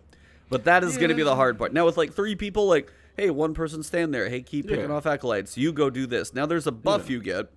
I don't think it kills you. Actually, I haven't seen what the buff really does. I don't know if it just makes you easier to kill. Okay. Or to be killed, I should say. That one is Curse of Suffering or something like that. And that's the one that adds up over the time. When you dunk a ball, it goes back down to like 1. So keeping it high makes you really easy to kill. So that's why like waiting too long to dunk is not the greatest. Like if you like, oh, go get 1 orb, and then it takes you like 6 years to go get the next one, you're going to be a lot easier to kill. But then the debate is like, okay, do I dunk or do I like kill the dunk 1, stay a little more survivable, kill the 2 boomers? Because then if you like dunk 3, you have like 2 and 2 boomers. You get doubles up top. So it gets a bit chaotic. So that one's going to be crazy. Then you get to the next section, which is more all the rotaty, spiny, swingy, crazy stuff. So it looks like the drop down in there doesn't seem too bad, but it's more just like it's a jumping puzzle. I mean, you're going to be moving around not like trying to land on time. Is my warlock floofing self in trouble? You know how I despise and how I'm terrible I am. Am I in trouble or is it doable? I might be able to get through this. It seems doable. Like I say that because I did Whisper of the Worm on every character. I know it's all doable. So if I can do that on those, you guys can. You got to speak from a warlock perspective. I did it as a warlock, and honestly, I know you have. Okay. I'm just saying, what do you think my experience will be? Being that I'm terrible at jumping puzzles. Like I've gotten better in D2. D2 flawless may be harder for you. Let's just say that. He said for yours, it'll be challenging for you. So it's like the main reason is I think everybody's probably gonna have some learning. Like if you watch the pattern and be like, okay, I can fall over here, here's a safe spot. Okay. We fall down, watch this thing, fall over here, here's a safe spot. Take some of the falling slow. And it's not like you're trying to land on little baby platforms like in Whisper or angled things. It mostly just seems like if you rush it, you don't catch the big chandelier swinging by that's going to smack you. Like, if you go too fast, I think that's one of those things. And where the Warlock is, you do kind of float. And I think that's where, like, the slower floof, well, if you time it right, you should have no problem. Just like, okay, cool, safe landing, fine. But if you're, like, trying to, like, jump a spot if you need to do that at some point. I feel like my Titan does that better than my Warlock. Gotcha. Just because I can I can glide a little faster. But overall, yeah, I know there's some flack going on in there. Overall, I think that section is like you just have to figure out where you've got to go. There's like 3 symbols. You got to figure out where the wizards are at. Go kill the wizards. I don't think it's too chaotic. And that one's just like more like a time thing. Okay. And then we culminate into like a final encounter. Now, this one I think I've seen. Yeah, this is the big boy, beefy guy. Sadly, they spoiled him, but yes, that is Big Lava Knight Man. So that guy's name is, since I just had the guy's Twitter up anyway, may as well look. Yeah, guys had his name up. Zolmak, Instrument of Torment. Yeah. So he, fire. Quite literally. Literally, fire. Yeah, he is on fire, and he is Big Boy Crazy Knight. And the idea is they kind of bring the mechanics back. It's kind of like a mini raid. Well, what you had to do with a sword, well, if there's a knight, you got to go hit him with the melee. If there's a wizard, you got to send the projectile. If there's a shrieker, you got to block it. Again, you're getting the orbs, picking it up, dunking them. Once you do that, then the center section, you have to be in the center green section to do damage to the boss. Okay. It's like this, there's like the outer area where you can fight, and then there's this like ring with like the 3 spots where you can dunk. And in there, like the floor glows green.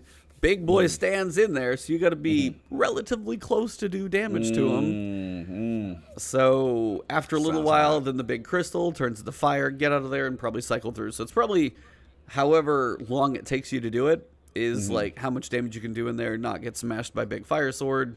And if you feel like you got to like kind of touch and go, then it may take you longer. Now, is he a one-hitter quitter when he put that sword down?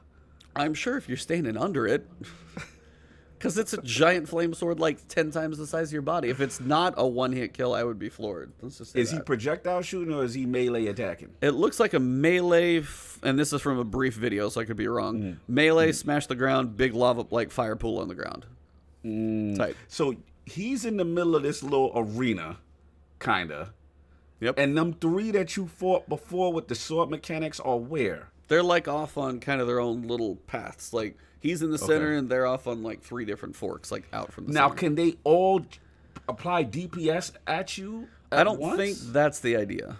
I think like, hey, clear this one out, bring the orb back, dunk it. Got you. Okay, go ahead. Now, Okay, there's so probably ads. There always is. Of course, But of course. I don't think it's like, hey, while you're trying to do damage, the entire army of Hive is coming at you at the same time. Oh, that's what I was like. That's too much. Okay. I don't think that's generally the idea. Okay, I got you. That sounds cool, man. So it's like little arenas with all the dudes you fought, and then the big boy's in there, and you can only damage him until you get the other stuff done. Yep. Kind of, sort of. I likes. So that's it. So I mean, you almost have like one more technical encounter because before it was ish. I feel like there was like 4 sections, but the descent was pretty long. But if you went fast, you could get through it pretty quick. So you had the opening section, Erebus on Shattered Throne, the descent, Vorgeth, and then the climb to Dolankaru. Right. This one, you have the opening Necropolis. You have the Ogre section. You have, maybe it is 4. Ogre section, the wizards, and then the boss. Yeah, it's about the same. So I know it's early, so I got to get to you now. Got to get to the question. I haven't beat it yet. I can't answer that. Okay, all right. So you can't answer it right now. Nope. But what I would say is actually question. As far as loot, we all know Shattered Throne. You know, and it had Wish Ender. You know what I'm saying? They had the cool little Easter eggs and stuff like that. We know there's some Easter eggs, I believe. You know, have we confirmed that there's no exotic tied to the Pit of Heresy? So Xenophage, the new machine gun, has a part involved in it. Kind of similar to the way it was before. So there are parts and puzzles and things like that. We're going to get into that gun. But continue. I haven't got it yet. I need to. Yeah, we're going to talk about that. And honestly, like, to get the gun, I don't think you have to go that far into the dungeon either. So you could probably almost solo that part. Patience, of course, but, like, you don't have to try and solo the crazy totem part to finish the gun. Right. I think it's earlier than that, to my understanding. Okay. Okay. So it's early for the feel, the consensus right now. It's early. You have not beaten it yet. It's still a lot. But what is the feeling right now in terms of Pit of Heresy in comparison to Shattered Throne? What is the feel? That's not fair. They're so different. Come on, like, man. okay. You gotta choose. You gotta choose between your kids. Which is your favorite child? Early. One's not grown up yet. My first solo Shattered Throne right now, because I've finished it. But I haven't finished the other one. If I've, like, in the encounter, so far from what I've seen, this one seems to offer a lot of, trying to think the best way to do this. Like, Shattered Throne was the first time we saw it. So, like, the opening section with Erebus, and it built a map. And I'm like, okay. So then when I see this one, I was like, this is kind of similar. Not the same, but, like, it's like, go to a different section, clear this out. There's a little more mechanics to it this time, which is cool. So they evolved it. So, like, the evolution-wise, cool. The, like, the catwalks and, like, running away from the thralls when you're slowed, that's one thing. I like the ogre section because it's just, like, pucker the whole time. Just like, hold on. Don't move. Don't let him see you. The totem fight is rough. The boss fight seems pretty cool. I mean, overall, I think it has potential to beat it and be better just because, for one, some people don't love the black and white. Yeah. So like the aesthetic may do it for some. The big boy fire boss versus a wizard and 3 big knights that they've seen before, just like he's very much unique. So I mean, the boss may do it, and then on top of that, just the fact that like for me is like when I know now when I go into Shattered Throne that I can see where I'm going, that's cool. Yeah, that's dope. But it wasn't as obvious. It's like, hey, is that just like a skybox tower? Right. Hey, When you walk in and you like, when I said the necropolis and you look down, you're like, I gotta go down there, and you're like, the scale of this thing, you're like walking over and trying to like peek down and like checking the other side. I'm like, I don't even want to go down yet. Like, it does feel very ominous, and that fear. it's rough. So, yeah, and I also think when you get to that, what am I thinking of? What part? The totem part. Those enemies tend to get a little beefier, so being a higher light level is definitely going to help you out there. So that's the part that kills me the Hybrid most. said recommended enemies that are recommended 980. Jesus. What, for the boss fight? Not surprising, because yeah, the ogre, because it was like ogre was 970, Dolan Crow, well, not 970, but it was it 570? I'm trying to remember what they were in At the time, Forsaken. yeah. Might have been 570, 580, something like that. I know it was a step up, because you're like, oh, I can see the dungeon. And then we the first time I went through it with my friends, we got to Vorgeth and we were getting destroyed because we were under leveled. So it's probably similar with like the scaling, because I know at that fight stuff gets harder. Because like I can work some stuff before the wizards and the knights and stuff, and then when you get to that totem section, I was getting it's harder for sure. Fair enough. Woo! So we will revisit this because, like I said, in fairness, you haven't beaten it yet. But I think I know where this is gonna go. But in fairness, I want to wait until you complete it, and then we will do our full matchup: Shattered Throne versus the Pit of Heresy. But I like what I'm hearing, man. I mean, this thing sounds really cool. You seem to explain very unique mechanics, between each. I like the stealth part. I like the unique stuff with the sword, defeating different guys with different mechanics with the sword. Sounds cool. The boss looks absolutely amazing. You made a great point as far as just having that unique nature, that look. You know what I'm saying? Like that. I know he was spoiled for you, but he looks still cool, man. You can't take nothing away from it. And yeah, it's just a matter. I think for me, what'll be my determining factor once I get in there will be, I have to admit, I got to give Shattered Throne this. The fact that they had Wishender, the fact that, there was those secrets with the eggs and the stuff like that.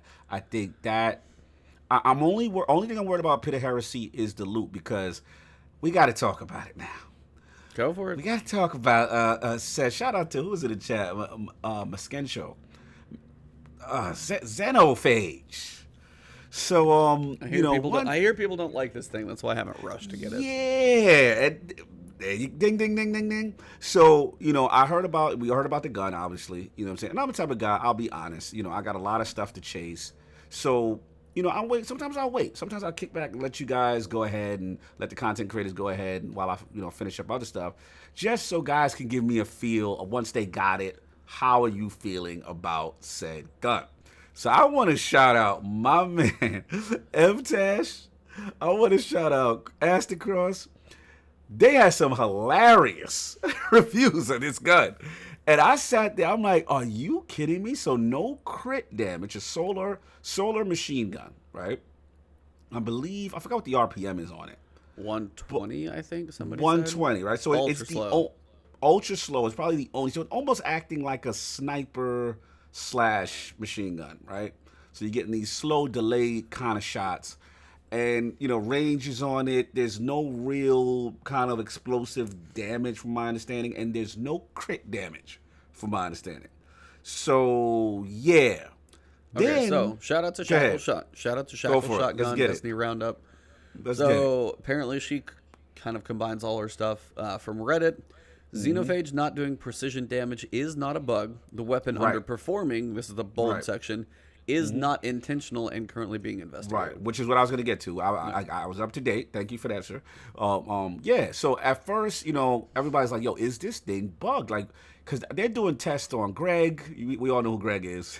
You know what I'm saying? And it's like, this is not it. Like, what? Why am I gonna be utilizing? And then the ammo in PvP is atrocious. You have to get a 3-tap, and you barely have any ammo. It is a joke in PvP. Like, so this gun, I'm like, where is its place? Where are we using this over anything? So happily, thanks to your information that you just provided, Bungie has jumped in front of this. There is no crit damage, fine, but they are saying it's not working as intended. So I'm very curious to see what they supposed to be doing. What it's supposed to be doing, because clearly it ain't it. So that's all I was worried about in reference to Pit. Not saying that Wish Ender was just, oh my god. I actually feel Le Monarch is a better bow than most people don't use Wish Ender for much except at PvP. all. Yeah, I ain't even Wish Ender. I ain't even running that. But you know what I'm saying? He said, yo, Forte's a fool. He said, that ain't no machine gun. It's an oversized hand cannon that does critical hit. It doesn't critical hit. Yeah, man. It's not a go. So, again, I guess my thing with it, I just want to see what it eventually will do. And then I would judge that. And I just hope there's some really cool weapons and stuff with Pit. That's all. You know what I'm saying? I that would be nice. That would be nice for this cool. I mean, they got your aesthetic. You got a sniper coming. You got a rocket coming. Slug shotties there. Those are the 3 I know of.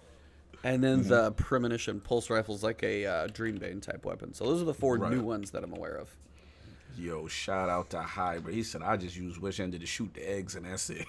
And that's one of the things for Wish Ender. It's like, it may be like, hey, it's a cool quest to get it, but then when you get it, this is one of those things when Bungie designs weapons that sometimes I question, I guess. Yeah. You go through all of these PvE activities. You go in the dungeon. I go in this like crazy mission, killing all these like enemies and stuff. I forget like the mini bosses. Then you go back into Shattered Throne. You summon the mini bosses. You kill those. You finally go through the dungeon. And the best benefit for this thing is seeing through walls in PvP. Why is this PvE focused quest guide Shattered Throne dungeon not like piercing multiple enemies or like shooting 2 arrows at the same time or helping me? Like what? That's one of those things. Let's get to it. That's what I was just about to bring up. And I mean, listen, we don't want to just sit there. Listen, these dungeons are amazing, right? Let's give credit what credit's due. These dungeons are fire. These are unique things that they just debuted with Destiny 2 that we think is absolutely fantastic.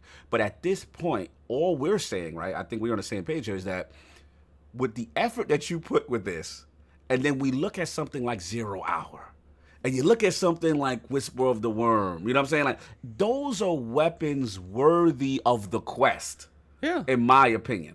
This, Xeno, whatever this is, no. Wish Ender, no. They're cool aesthetically, but they need to be powerful. They need to have that. We just went through hell to get these things. And it saddens me that most of everybody in the chat, including me and yourself, is that these things are in a vault, chilling somewhere. Like, we are not utilizing these things in any regular capacity. And that's the only thing that saddens me, because you want that trophy. You want people, when they do a dungeon, like, yo, what weapon is that? What did you, oh my God. Like, you want that feeling like, now it's going to make me do the dungeon. Yeah. Now it's going to make me, because I want that super powerful thing. And they just got to get that back. Raids, they're okay for the most part. But I feel like that. I mean, raid loot still has some question to it, too. In general, you're like. I'm trying to be nice with Acreus. So I was trying to be nice. What was I mean, Acreus was unique, at least. It's had its ups and downs in value, but like it could blast some things. But but we talking about like even Garden of Salvation raid though. I mean, like there are some cool perks. Like there are some cool feeling weapons. People are like, hey, this pulse rifle solid. The fusion's like absolutely a beast. There are some really cool weapons in there, but they're not. You got to reset for. I can't even with him right now. You got to reset. No, they're useful. You get 5. He won. Setfred won with that right there. He said, no, they're useful. Shout out to Setfred. Are you 12-month sub, sir? Been around for a year, putting up with your antics there, sir. But he's saying they are useful. They break down into 5 legendary shards, just like the best of them. That's comment of the night. That's comment of the day, man. Listen, man. That's all we need. Yeah, fear to be a Wish Enders is in the bushes for. Yeah, man. It's just, you just want that level. And I feel You know where they knocked it out the park? Was Last Wish, like 1,000K, right? 1,000K, even though like 2 people in the world got it, but 1,000K. Yeah, you can never get it. You know, Anarchy at least was unique. They tried. You know what I'm saying? But they got to step it up. Like with the dungeons should have that level. Like, yes, the quest sounds involved. Hybrid saying like the final boss is like 980 level. He's hard to kill. He's gonna take some work. Like all that stuff is. That is a journey to go through, and then when you get this thing and it's shooting peanuts out of like 120 per minute, it's like it doesn't feel. You gotta see Ebontis, bro. Yo, the disgust when he got this gun. What is this? Yo, I couldn't help but I was like, oh, I am not doing that quest. I literally made it after seeing it. I said, I am not doing it. I don't know if it's broken. I don't care what it is. I was like, I am not putting myself through that torture. I'm not doing it, man. I'm doing a dungeon, but I don't care. Listen, that right there. When I see results like that, So yeah. Yeah, that's it. No, but I mean that's a thing I think right now that Bungie has actually a bigger problem of, and that is rewards. That is rewards for your encounters, unique loot, unique perks, things that make that encounter worthwhile. Are there like unique raid perks that make like, hey, when you're tethered, or if you're, defending a point, or when you're dealing with angels or angelics, or all of those, like, even just little stuff like that, like, hey, when you're shooting angelics, this is more powerful. Hey, then I might use this weapon in here because it's a cool weapon. Yeah. Same thing in the dungeon is like, if I go through this crazy journey and you tell me this thing's beneficial in PvP because I can see through walls, nobody gives a damn about seeing through walls in PvE. Doesn't mean a damn bit of anything for me because I'm like, I need to shoot whatever I'm shooting in PvP. I'm not going to like see if anybody's coming. Like that one is so backwards to me. And then I'm the same with everybody else. I shot the eggs and I put it away. It's like that served such little purpose to go through. Shadow Throne itself is an awesome journey. The encounters are fun. The solo it is tense and cool. And when you do it, you're like, hell yeah, that's a fist pump, like Dark Souls accomplished type moment. Yes. Good point. Good comparison. And then this thing is going to be the same thing, and you can get some drops from it, but you're also potentially getting some of the same drops from Altars of Sorrow. So again, is it the journey for the triumph score and the emblem as opposed to more of the unique reward from it? Probably. No, which is kind of unfortunate, because why does this dungeon, like the artists who made this thing, all of the work put into this, the scale, the size, the journey, and then when you get done, you're like, yeah, you get one pinnacle a week from finishing it. Can we admit Leviathan's breath should have been the reward, right? Yeah. At least Leviathan's breath hit like a truck. You know what I'm saying? Shout out to Bender. He's like, he brought out his wish ender to get Leviathan's breath. Then it went right back in the. I ain't go for it. I did this. Yeah. I brought Le Monarch out. You know what I'm saying? But at least Le Monarch, I felt got utility though. You know what I'm saying? Like it's like Thorn Bowl. You know what I'm saying? I felt it at least has utility. But yeah, man, we gotta all. You know what? All I'm hoping is that they, we get a couple of patch notes down the road. And it's like, 1K is going to do this. Anarchy is going to do a little bit more of this. Wish Ender buff to this with some type of new mechanic. They really need to revisit these things. You want people in these activities. You want people to be running this thing for these quote-unquote elusive weapons that are unique and super powerful. And I think they're slightly missing the boat here. Outside of everything else being fantastic, they are missing the boat here. Yeah, it's like the gameplay experience is really cool. It's just the rewards right now need a little love. Yeah. That's it. Some tweaking, man. Some tweaking, Bungie. We right in pocket again. Yeah. Altars will keep you busy. Dungeon is cool. Solo is going to be rough. I know people have done it already, but you guys are crazy skilled. That one guy out there who's trying to go for power level 999, he was at 990, like Zupa. I think he's season rank 777. Wow. He's in the 600s or 700s on his season rank. I was like, that dude has been living in bounties, nothing but nonstop bounties. So that is crazy. Yeah. I'm still curious to see if level 999 does anything in Shattered Throne. Maybe it does. I have this tiny little bit of like fingers crossed that somebody gets to see that. Won't be me, obviously. I think I'll be behind. But all in all, this has been an insane week. Yes, lot of stuff, man. A lot of content. A lot of things to play. If you don't want to do the hardcore stuff, you got your momentum control. You got your festival for lighthearted fun. You know what I'm saying? You got different things you can run around and do, man. So this is cool. I will say this is a great week for Destiny as far as the format, you know. And I know we got to talk about Pinnacle sources in a minute, but yeah. Otherwise, I think this is just still a great week for Shadowkeep as far as content, and hopefully, like they continue this cadence. This has been really cool cadence and cool story building, and you know what I'm saying? You got the cinematic. I look at Akora. She's still building stuff back there. Oh, I know. I'm waiting for that thing to go poorly. We're waiting for that to go left. But, yeah, this is... the Vexor in the tower was weird. How'd that happen? How'd that happen? Akora. Zavala's going to go over there and be like... shake his finger at her. Like I told you. Yeah, man. So what we got left, man?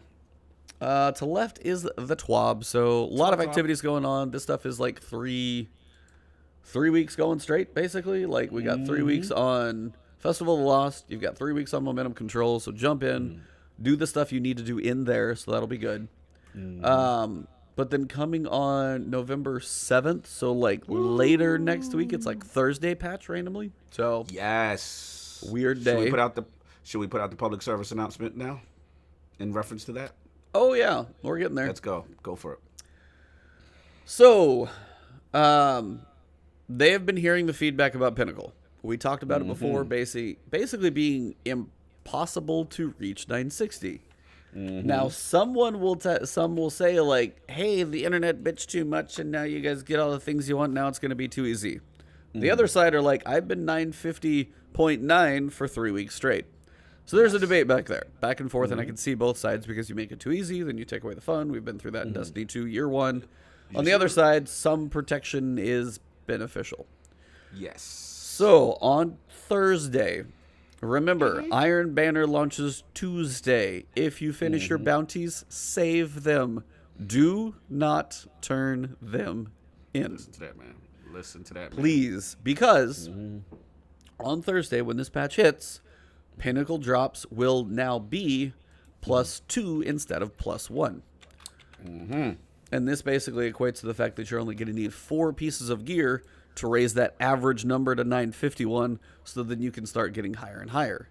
So you may not have as many sources, but now with that +2, your average should start getting a little bit higher. Right. And to help mitigate the whole, the curse of what I call the energy weapon Pinnacle gear. Like, I'm the king of energy weapon. Oh, you and half the people I've seen, yeah. Oh, it's ridiculous. So, yeah, I mean, what do you think this was? What's your feeling? Do you think this was good enough? You think this is not enough? Do you want more? We had a big, I won't say debate because we're both on the same page with this, but, do you think the way they're handling Pinnacle gear is the right route? Is this the right way to go? I was like, Fred said it pretty well. It's like the debate should be on whether or not there's a point to grinding after you hit 950. Due to the artifact leveling, there's not much of a point in grinding for me to pull your level up. Said Fred on fire right now because I was literally about to go in on. Yeah, I mean you've got the artifact, so the artifact does get slower over time. 1.3, 1.4. That guy at 990, like his next level is like 4 million experience. So it's going to be slower by the time you guys grind up there. So there's a point where that's not going to benefit you. And having all alternative to work on levels and say, hey, if I do finish the dungeon, hey, if I get my 100k Nightfall, that gets a little easier. If I get my Nightmare Hunt, these are going to slowly start to trickle you up. I think that was not bad in theory. The big issue I saw with some of the higher level people is like, hey, everybody groaned so much. Now people are going to get to 960 so much easier and then stop grinding because they don't have anything else to go for. Right. So the 960 being like, hey, is that the only thing to go for? But again, the artifact is really what's going to keep boosting you past 960 anyway. Right. So like for me, I guess it would be nice if it was like, it could honestly just be like a checklist. Because like some protection in there to be like, hey, I got everything but a heavy weapon. Okay, go do this thing, get your heavy weapon. Okay, you're at 951 and the cycle goes through. The +2, if it would be nice if it was just like +1 or +2. And then if you get to the point where you are missing that one piece that's holding you back, toss them that one, and then you got 7 more to go get. Like smart RNG. Yeah, smart RNG with a little like 1 to 2 range. If it's always +2 now, some people are worried it's going to go too fast, which I could kind of see. Which I can see to some extent. So then you take away the, quote, pinnacle. But again, it's also got to be attainable. Right. So that's the balance of, like, maybe it needs to be, like, 1 to 2. So it's not always going to be the big boost. Maybe it's a little bit of protection in So there. you still want the one. You still want the one. You don't want the one to go away. What, like +1? The +1. I mean, I can see +1. Just give them a range. Maybe every so often it is a +2, and you're like, oh, sweet. Like, have those little moments of surprise. Have a little protection. Somewhere between where we are now and where it's going, I think is where more people would be happy. It's like infinitely stuck at 950 sucks. Straight up. I'll just 100% agree. We've all been there. And especially if you're trying to go to 960, you're like, why am I trying to do these hard things if I just keep getting energy weapons? That is no fun for anybody. So that does need some type of, like, hey, if you get your second one, you're like, oh, but your third, cool. Like, no more than 2. Like, and start filling in those other slots. Sometimes maybe you get a +2 as well, so that may help balance out the protection a little bit. But if it's +2 all the time, you do 4 and go up, 4 and go up, 4. Like, that average is going to climb a lot faster than I think they intend. Right. So then they heard a whole bunch of yelling. Okay, let's make it a little bit faster. Yeah, you don't have that many sources, but now you have the dungeon, you have the nightmare hunts, you have the nightfall. Iron Banner is going to be 4. It's not going to be 7, so that'll be less. I don't know. Somewhere in between, I think, is probably where it needs to land. I'll be curious to see if people think this is too fast. For most people, it won't be too fast. I will say that. Right. You, me, still probably not too fast because we don't know life it. Right. The Glads, the Dados, the Jixer Clydes, like all those guys and gals, when they're out there playing nonstop, that's the ones where it's like they get every pinnacle every time. They may go too quick. Just a guess. And now the Marco Styles. Salute to Marco Styles for coming over from the leaving division for Destiny full time. Yeah. Had to throw a shot. Had to shoot a shot at the division crew. No, I was surprised. He got a great video out. But now, I mean, I'll jump in. You know, I mean, this is a weird position for me. This is very strange. I am in this weird thing where it's like I'm loving Shadowkeep. I want to continue to play hardcore, but there's a part of me that is stopping, that it says, okay, let me wait until this Pinnacle thing gets straightened out. You know, now it seems to be, you know, they added a +2. I still think, my gut is still feeling that there's still not enough Pinnacle sources. Even though I know we got the dungeon now, you know, I feel like we just need like maybe one more activity. Where would you put it? I'm actually curious because I've been kind of wondering the same thing. Where would it go? This is my problem. I'll break it down right now. Trials. What? Of course. You know what I'm saying? Of course. You know what I'm saying? I think, we're going to do that division slander, Neil, man, too. Your man came over. Your number one guy, Marco Style, is now quitting. We're going to do that slander. I can talk my talk. You at the number one game now, baby. All the Anthem's dead, division, all that's over. I got to talk now. That was supposed to be, Destiny's supposed to be dead again. It's my time to shine. But enough talking, enough gloating. Anyway, back on track. The whole thing is this, like, I feel like the problem with the Pinnacle gear that I feel right now is that it eliminates me doing all the other challenges, right? Now I don't even jump in Gambit because I'm like, what's the point? I'm not going to get Pinnacle, right? I don't even jump in Crucible no more. What's the point? I ain't going to get Pinnacle. So now I've eliminated all these activities that I kind of enjoyed doing because I knew I would get a reward. Yeah. To me, the bounty stuff, which may be the new grind, maybe I'm just not adjusting as like, yo, this is what I need to be doing, just playing it and doing the bounties and getting it that way. But it's like, I wish not everything was neutered from Pinnacle. I get that we have to have the most difficult activities, but the problem is there's not enough difficult activities and enough sources to warrant, you know, doing it. And I still think they got to find a balance, man. That's just where I'm at, you know. Yo, Fear the Bit, he on fire right now. He said, put Pinnacle 1 reward for Amanda Holiday. She is lonely. And salute to Amanda Holiday for having absolutely no use. Salute to her. Hey, salute she's still holding on. She's still holding on to my chaperone at like 950 for me. Yeah, she's waiting. You know, she's like, that's all I got. Guys, I gotta give them credit. At least they making Ikora useful because I got a problem with Ikora in the past. So I like what she's very integral. But yeah, man, against that side of the tower with what's his name, Arak Jalal. If Zur is not over there, I don't even see that side of the tower. The hangar. Like, there's nothing over there. I don't even go over there. Like that's something. But yeah, they got to. They still need to. I don't think it's balanced enough because you have all this great content. I mean, is there okay? So let's see this. Like, Gambit's currently playing, 3. it's great content. No, it's like Gambit's like 3 matches. Mm-hmm. Okay, that's your powerful. That's powerful. Yeah. What if your pinnacle was like 20? You know what I would something you like on it. I'm like You I'm on curious. it now. Like chat, let You me know. on it. Like, is it you like on it, Vanguard bro. strikes? By the way, Bro. they changed Vanguard strikes. Do you see that? Yeah. What's up with What that? was the tweak on that? I forget. I read it and I was like, this is not the same. It wasn't like It's- match 3. Oh, it was bounties. It was Vanguard bounties. Yeah. It was like, But do here- those. That was weird. But it's like, maybe run 20 strikes. Like people may hate that too, but it was like, I don't. Here's the. I'm Let me curious. tell you the flip now. You just nailed it. You nailed it. You know how I felt about Nightfalls in D2 prior to Shadowkeep. Didn't do them. I wasn't messing around. I wasn't tinkering with no card. I wasn't doing no setting. I ain't doing it. I was just like, I'm not doing it. I had other powerful sources I can do. I felt that I enjoy it and I can get it my way, right? Okay. Now they're like, yo, run it 5 times, all right, or whatever. Then they're like, yo, but if you get 100,000, boom, incentive.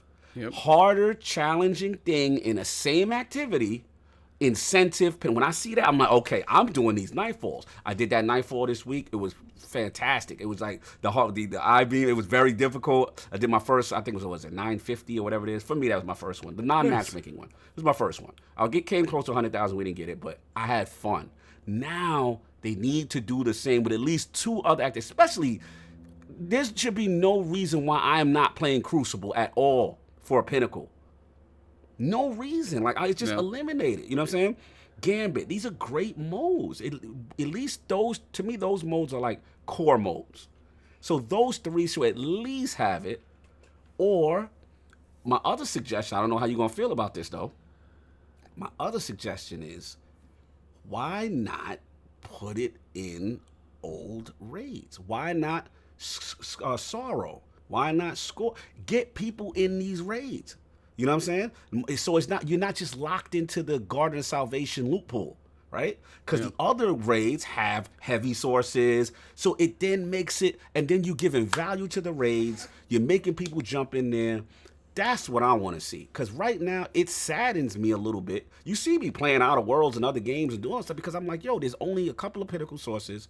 I'm really not even going to do the raid now until Thursday again because of the +2. But it's just too limited. It's going to be the quietest Tuesday ever. Oh, yeah. It's quiet as we said. So I that's where I think they need to still tweak, man. Hey, shout out to JoJo the Great. Yeah, rotate a different old raid every week. Like, they got to get us some more incentive, man. You love us to do raids. This is the best content in the game. And again, if you guys haven't watched Marco Styles' video, please, man. He's a Division guy. Watch it. But he made a great point as to why he switches. He said the raids. He said there's no other game that does anything like that. And I think they need to value those, man. Because look, Scourge is great. You got Sorrow. I want reason to jump in Leviathan. Then you're giving us Armor 2.0. It's a whole, it'll be a whole incentive just to get in there and have fun. So that's where I'm at. No, I'm like, I think that would be amazing. What is the weekly Pinnacle raid? That's like, that makes perfect sense. Yo, give this man, Bungie, you see my man out here with these ideas. You see him. I mean, Get you guys this are saying man it in hired. chat. You got it. Like, weekly Pinnacle raid, rotate. Hey, we're going to Crown of Sorrow this week. Hey, it's Scourge next week. Last Wish. Okay, go get those taken armaments. Like, all those things are options. Those are cool. Shout out to Seth. I just got to count on him real quick. He said, then people will complain they can't do raids and Bungie's locking about high content without time they can't do. I get that that's really a casual comment. I mean, for not you being casual, but what I'm saying, a casual guy would say that.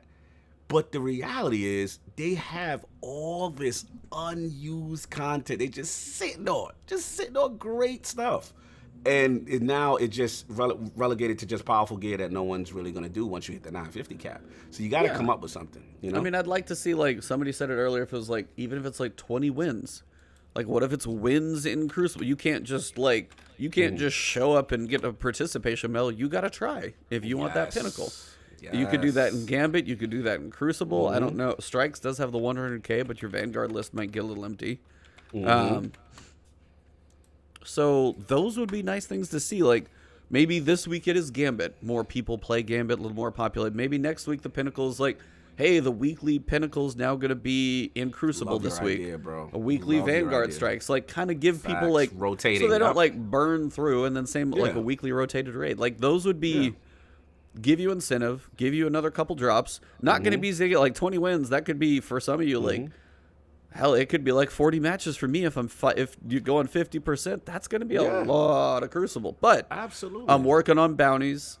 Always picking them up. Now, the other thing that I want to add to all of this, if we're going to do like 20 Crucible matches or 20 Gambit matches or more, please let me somewhere in the director just pick up the repeatable.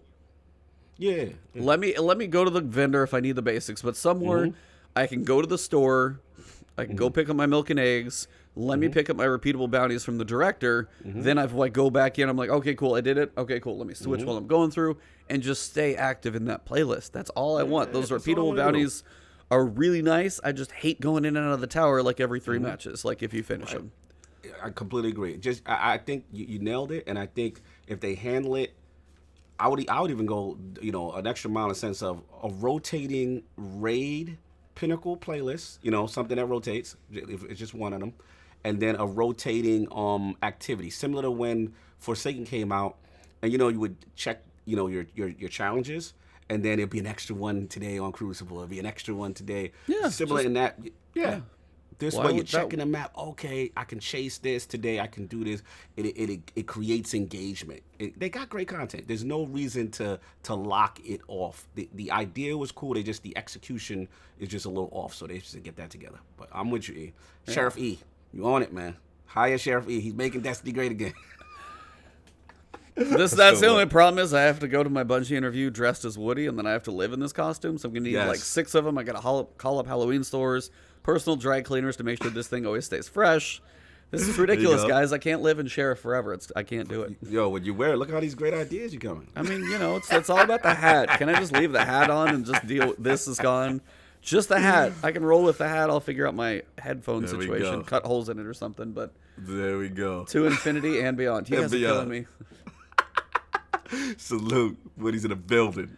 But yeah, so that is the big thing to make note of. It's like Pinnacles +2 starts Thursday. So if you do your Iron Banner drops, make sure you don't turn them in until that goes live.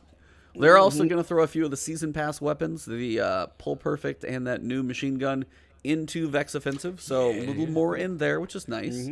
That's going to be coming. Nice. We likes. Iron Banner comes. The heavy ammo spawn is going to change in there as well, so that'll be going. So even more incentive to do Crucible. So get your scout rifle kills continued going in there. Destiny Community Podcast has their charity stream tomorrow. Oh, they got a big one too, I believe. Don't they got? So they're doing DCP, WOTF Game Nation, special guest Pete Parsons, all going to be in there. So heavy, bro. You got Pete Parsons. Salute to DCP. They got Pete Parsons, CEO of Bungie and best friend of Xbox, Phil Spencer.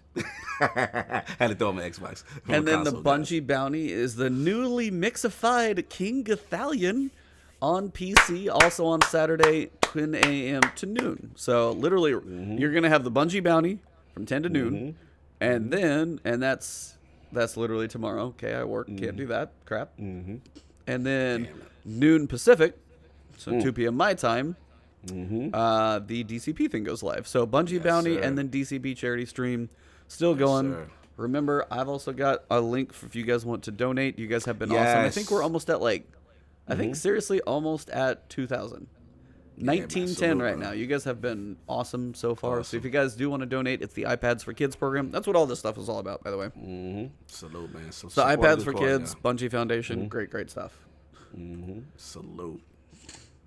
Other than that, check if there's Izanagi's burden kind of got fixed and then broken again. And then broken again. Yeah. So there's issues there. If you do have Forge keys or Obsidian, Crystal or rare bounties, hold on to them if you got them. Don't turn them in. Just hold on for now. Other than that, I think that's the main one because that stuff hasn't been fixed yet.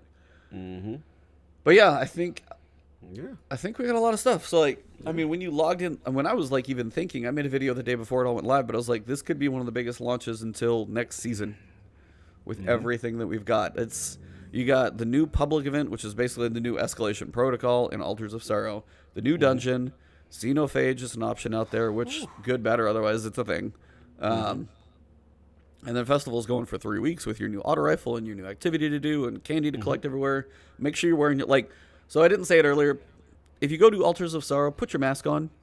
Yes. Like, you're going to be killing so many enemies constantly in there. Candy is just falling everywhere. And then every nightmare you kill is like a strange coin. It's that or every wave you finish. So it's like, if you're out there trying for a while, just make sure you do. Yeah, So put that mask on, y'all. Absolutely. put the mask on. In Crucible, every kill is 4 candy. Every match is like strange coins. Have that mask on in everything you're doing right now. It's that 950. It's not that bad. So not bad, man. Not bad. Question, but I know we're wrapping up soon, but I just had a question for you. With, like you said it, like this has been a tremendous week. We would agree, right? A lot of content. Yeah. You know, we really can't complain. We see banner stuff's coming back. My question now, with a dungeon, we've had a dungeon, we had a Garden of Salvation raid. My question, besides your dogs barking, is, do you think, yeah, he agrees, do you think next Season of the Dawn, are we allowed to complain if there is no raid or no dungeon? I can probably already bet you neither of those will be in there. I can pretty much agree too. I won't be surprised. Dungeon, we've had one a year. If you go in there and you see the scale of this thing, this is not an easy thing to make. It's not something they just pop out. Even the not Wish Ender, sorry, Whisper of the Worm and Zero missions are not the scale of this. Right. So while those can still be developed, they are still not the scale of this dungeon. The mechanics, the enemies, even just all of the pieces of this dwarf those. That's why when I say dungeon, there are now 2 in the game. There are not 4. Right. Whisper, those are heroic missions. So you're the wondering, question- so what do we get? We get a new Vex offensive. The portal goes through. We have the final assault. Whatever wraps it up. Season of Dawn's like, hey, enjoy your new Vex offensive and all your old stuff. Is that what you're wondering? How? I'm just curious. Right now I'm on Season of the Dawn type of time. I think Shadowkeep is going fantastic. I'm loving what Shadowkeep. Outside of Pinnacle Source, Neo Mental Salute, the SRL. Outside of Pinnacle Sources issue, the cadence and the content has been, in my opinion, phenomenal. It's been really good, and especially remember this is just them too, so I really can't complain. So I guess I am very curious because even I, Mr. Demand a lot from the studio. You know, I'm that guy, right? So even I'm like, yo, I can't complain if there's no raid in Season of the Dawn. I can't complain if there's no dungeon in Season of the Dawn. So my question, I'm just in the back of my mind, I'm like, how do they? We know it's going to be a smaller thing, right? We would assume it's not going to be on the size of Shadowkeep. It'll probably go back in, line with Opulence and Black Armory size or whatever. And we know narrative. I'm confident that they're going to handle that well. You know what I'm saying? With the transitioning into it. You're like, I know they're going to have Osiris. He's totally there. I'm going to keep quiet. That's the hope. If they have Osiris, I don't care what they do. It's automatic season pass of the year. But automatic anyway. A++, check 100%. A++, he's back. I don't care. I'm biased. Is how it's going to be. They literally just say the word Osiris, and you're like, bought it, throwing money at the bought screen. It, done. I'm money taking every ornament. Eververse is now just sold out. I bought it all. Bought it all. Everything Egyptian wears go. So anyway, but thing is, how can they get us engaged? I'm just curious because I'm pretty confident. I'm like you, E. I'm pretty confident those 2 things are not going to be there. Yeah. What could they do if they are not there? Well, to keep us engaged. Some type of activity, 3-person or 6-person, you could imagine. I mean, like the Infinite Forest, if you're bringing Osiris back. Do you think it will be PvP related? I don't think that's coming yet. I think if they're doing PvP, that'll be like the March one, because I still think they need time with what they learn from Crucible Labs and the feedback. Yeah, I agree. I think that will be later. honestly don't know. I believe that they have ideas of stuff for us to do. I know it's not easy with everything they've thrown at us. I'm like, how can they try and make anything else? I feel like this is what most companies put out in a year, and they keep putting stuff on top of it. Yeah. So, yeah, Vex Offensive is going to go away. We're not going to have our moon invasions. Sad face. But what if... I mean, take another planet, have that be invaded. Like, you need to find a way to make some public spaces be lively, because that was cool. I like what they did with the Vex. Some type of, like, whether it's a race getting pissed off, whether it's... So, I mean, obviously we've had Fallen and Vex on this one, so you got Cabal and... Well, Cabal and Fallen would be your two. Maybe one of those is mad about something. They're going to go, you know, drilling back in IO or something like... I don't know. But I could see some match-made activity. Right. We should get no activity, we would assume, right? Quest or two, of course. Season Pass will be interesting. See what that thing holds. I think we get I want to say like a 0-hour kind of thing quest. Trying to think timing. It would be on cadence. Whisper was like September, and then then that was during 0 hours Drifter. So if we got Dungeon now, yeah, I guess, because like Whisper was before Shattered Throne, and those technically kind of came out fairly close, actually. Right. I don't know. I don't see a full dungeon. Maybe a cool exotic quest could be like March, maybe. But yeah, I'm overall just like, I have no clue. I really don't. I can picture some match-made activity because that's typically what they've done, whether it be Forges, whether it be Reckoning, whether it be Opulence.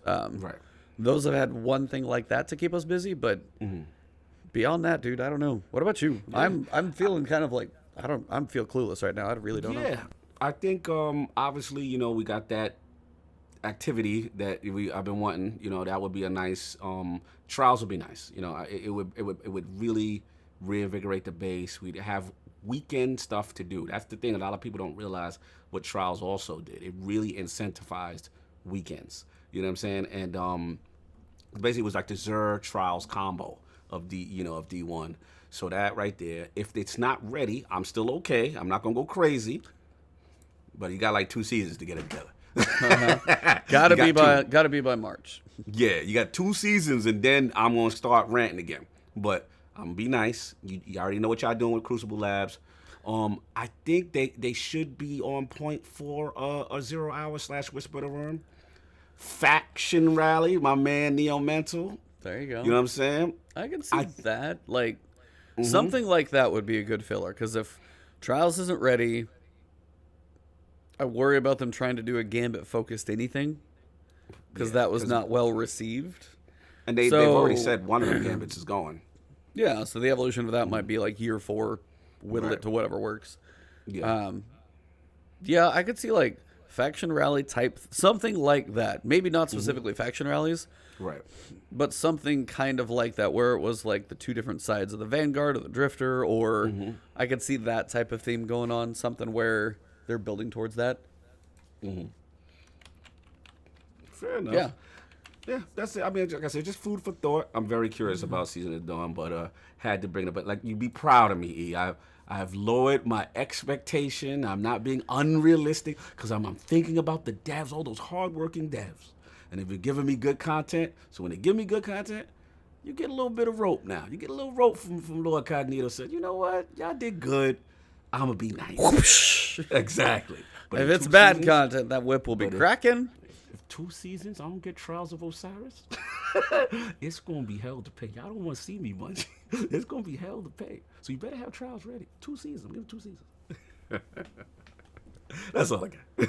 That's about all I got to. So watch your Pinnacles next week. Wait till Thursday to do that stuff. Thursday is apparently going to be the big day. But other than that's been a lot. Yeah, it's like Dungeons. Dungeons are really, really cool. Soloing that thing is going to be a journey. Definitely have to see what strats are working out there. The light level will probably help a little bit as you go. But all in all, that thing's been really fun. Altar is a great addition to the moon, and the fact that that's going to stay around is cool. Definitely fun grind. Hopefully people figure out what to do. Yeah, man. Gaming Forte got a question for you on the content side. Okay, apparently we're in Q&A right now. We'll do this Q&A. real fast. And I kind of want to do that, like, if you guys have questions, I want to get kind of like a list. We should do that. Like kind of the end Q&A if we got time. Content creation question. What type of content would make you start out with when you made Destiny content? Love the video creation process, but I get stuck on wanting to do weapon review, content update, just tips and tricks videos. What would you suggest? Biggest thing about content creation, ask anybody who does it, make what you're passionate about. That's the easiest thing I can tell you, is because that's where you're going to have the most fun. Like, hey, I'm going to put a whole lot of time into this guide because I really enjoy it. Or, man, this weapon review is really in depth, but it's like, I really enjoyed it. Do your thing. I can't Great tell advice. you what to do, because honestly, advice. what I enjoy doing versus what Aztecross does, or it's Cool Guy versus Fallout, I can't copy those guys because I'm not them. Yep.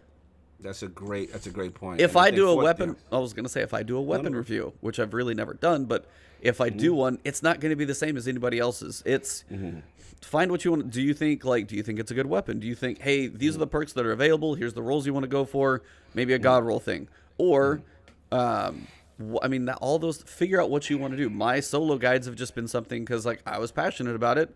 I wanted to do it. Now let's see if I can help other people do it. That's just been like what I've done. The news, the tips are like things to do as well. But what were you gonna say? Because that's mine is do what you want to do. No, I think for me, it's look. I think Forte, first of all, he is super passionate about Destiny. That man's carried me through stuff. So the passion's there. He loves the game. He nailed it. Do what you are passionate about first.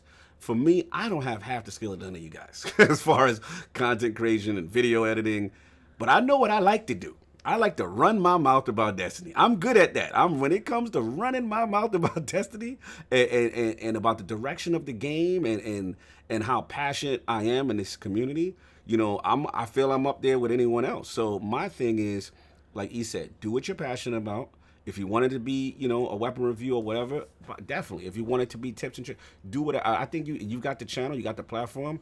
We support you, brother. So yeah, man, I think that's great, fantastic advice, man. And I think you should do it. You're a super knowledgeable guy, and you love Destiny. So that's the foundation, I say, for anyone to get started.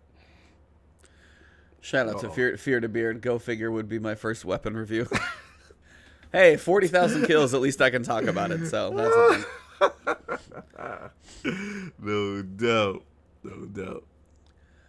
But honestly, yeah, that's kind of the big thing, is like, whether we're talking about this on here, whether I'm making a video, whether somebody's streaming a game that they enjoy, do something that you enjoy doing. If you have fun, that will carry through into everything else. Your passion will be behind your content.